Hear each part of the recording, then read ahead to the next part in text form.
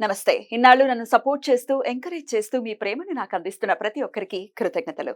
అలాగే ఈ వీడియో కూడా ఖచ్చితంగా మీకు ఉపయోగపడుతుంది. లైక్, షేర్ అండ్ సబ్స్క్రైబ్ చేసి మీ సపోర్ట్‌ని నాకు అందించండి. అలాగే ఈ వీడియో పట్ల మీకున్న అభిప్రాయాన్ని కామెంట్ సెక్షన్‌లో కామెంట్ చేసి తెలియజేయండి. ఇప్పుడు వీడియోని చూద్దాం. జ్యోతిష్య శాస్త్రం ఒక అద్భుతం. వేదాంగమైన జ్యోతిష్య శాస్త్రం అనేటువంటిది మానవ జీవన గమనానికి ఒక వరం. జ్యోతిష్య శాస్త్రం నీ జీవితంలో వెలుగునింపే ఒక భాష. ఆ భాష నీకు అర్థమైతే ప్రకృతి నీతో మాట్లాడుతుంది. అస్ట్రాలజీ నేర్చుకోవాలి అనుకునే వారికి అద్భుత అవకాశం. మురళీధర శర్మ గారి అస్ట్రాలజీ క్లాసెస్ అతి త్వరలో మొదలు కాబోతున్నాయి. 100% జాబ్ గ్యారంటీ. వివరాల కొరకు సంప్రదించండి. నమస్తే, వెల్కమ్ టు అవర్ ఛానల్. నేను పద్మిని. ప్రస్తుతంతో పాటు ప్రముఖ ఆధ్యాత్మికవేత్త, ఆస్ట్రోన్యూమరాలజిస్ట్, వేదిక్ వాస్తు స్పెషలిస్ట్, శ్రీ విద్య మరియు హనుమత్ ఉపాసకులు బ్రహ్మశ్రీ డాక్టర్ సిస్లా జయశంకర్ గారు మనతో పాటు ఉన్నారు. మాట్లాడదాం సార్. నమస్తే సార్. మా ఆయుష్మతి భవ. సార్, శ్రావణ మాసానికి సంబంధించి ద్వాదశ రాశి ఫలాలు మీరు అందిస్తూ ఉంటారు. ఆల్రెడీ కన్యా రాశి వరకు గురించి కూడా మాట్లాడుకోవడం జరిగింది. ఇక తులారాశి నుంచి మీన రాశి వరకు ఎలా ఉండబోతోంది సార్ శ్రావణ మాసం? మీరు అందరికీ కూడా ఒక్కసారి మీ ద్వారా. తప్పకుండా అమ్మా. ఈ నెలలో ఆగస్టు నెలలో శ్రావణ మాసం అనే కన్నా మనం ఆగస్టు నెల 1వ తారీఖు నుంచి 31వ తారీఖు వరకు చెప్పుకుంటున్నాం. ఏదో తెలుగు మాసం అని తృప్తి. ఈ నెలలో గురువు వృషభంలోను అంటే శుక్రస్థానంలో, రాహు మీనంలోను, కేతు కన్యలోను, శని భగవానుడు కుంభంలోను, రవి కర్కాటకంలో, శుక్రబుధులు సింహంలో, కుజుడు వృషభంలో సంచరిస్తున్నారు. ఈ నెల రవి కర్కాటక రాశిలో 17వ తేదీ మధ్యాహ్నం 1:20 వరకు ఉండి తర్వాత తన స్వక్షేత్రమైన సింహరాశిలోకి ప్రవేశిస్తున్నాడు. కుజుడు వృషభ రాశి నుండి తృతీయ స్థానమైన మిథున రాశిలోకి ప్రవేశిస్తున్నాడు.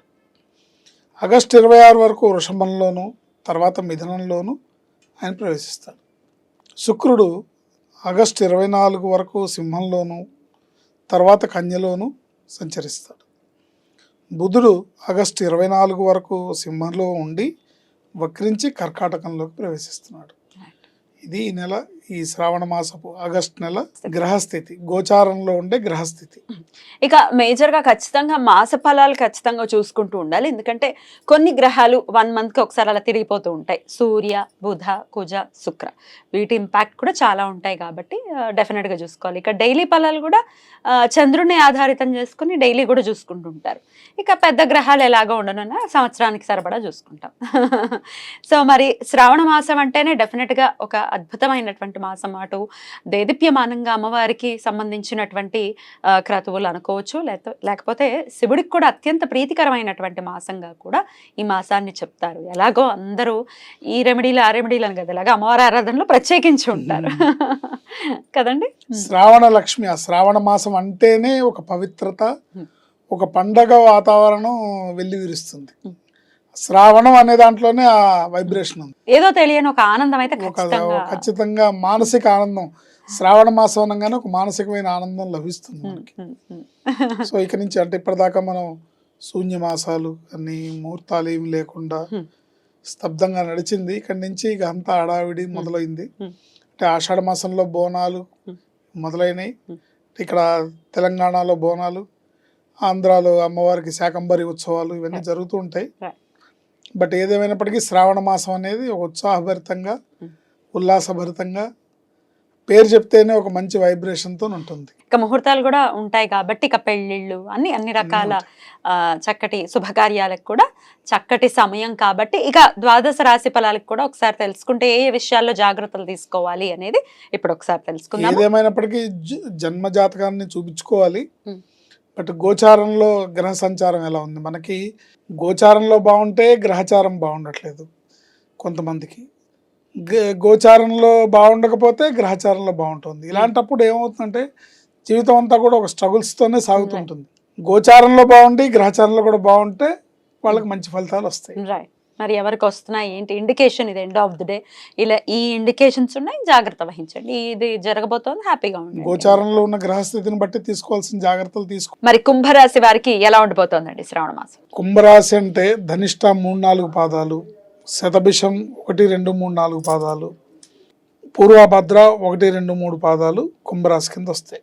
ఈ రాశి వాళ్ళకి ఈ నెలలో గ్రహ సంచారం ఎలా ఉందంటే రాశ్యాధిపతి శని స్వక్షేత్రంలోను, ద్వితీయంలో రాహు, చతుర్థంలో గురుకుజులు, షష్టంలో రవి, సప్తమంలో శుక్రబుధులు, అష్టమంలో కేతువు ఉన్నారు. అందువల్ల ఈ రాశివారి ఈ మాసంలో చాలా ఓర్పుతో, సహనంతో, సమయస్ఫూర్తితో వ్యవహరించాలి. ఏమాత్రం తొందరపాటు కానీ, నోరుజారే తత్వం కానీ, మాట దూకుడు కానీ, మాట తోలనాడడం కానీ చేయకూడదు. ఆర్థిక పరంగా బాగున్నప్పటికీ ఖర్చులు కూడా అధికంగానే ఉంటాయి. అనుకోని ప్రయాణాలు, అలసట, తిప్పట ఉంటాయి. వివాహ వ్యవహారాల్లో మోసపోవటం జరుగుతుంది, జాగ్రత్త వహించాలి. కుటుంబంలో చిన్నపాటి చికాకులు, అనారోగ్య సమస్యలు, చిరు తగాదాలు తప్పవు. ఎంత అవాయిడ్ చేసినా తప్పవు. దాన్ని గ్రహస్థితి కింద భావించి దైవనామస్మరణలో వీళ్ళు అవన్నీ దాటుకోవాలి. ద్వితీయంలో ఉన్న రాహు, చతుర్థంలో కుజ సంచారం వలన ఇలాంటి పరిస్థితి గోచరిస్తుంది. సర్రున కోపం వస్తుంది, ముక్కు మీద కోపం, ఆవేశం ఎక్కువగా ఉంటుంది. వీటి విషయంలో మెలకువగా లేకపోతే బంధాలు తెగిపోతాయి. ఈ బంధాలు ఎట్లా ఉంటాయి? ఓసారి అద్దం పగిలితే అతకదు. సో అందుకని ఎంత తొందరపాటు ఉన్నా, ఎంత ఇది ఉన్నా కూడా ఎట్లాంటి గొడవలు, ఎట్లాంటి మనస్తత్వం, ఆవేశం వస్తుందంటే ఇంకా నాకు నువ్వు వద్దు, నేను విడిపోదాం అనే స్థితిలో ఉంటుంది. సెన్సిటివ్ కదా బాగా.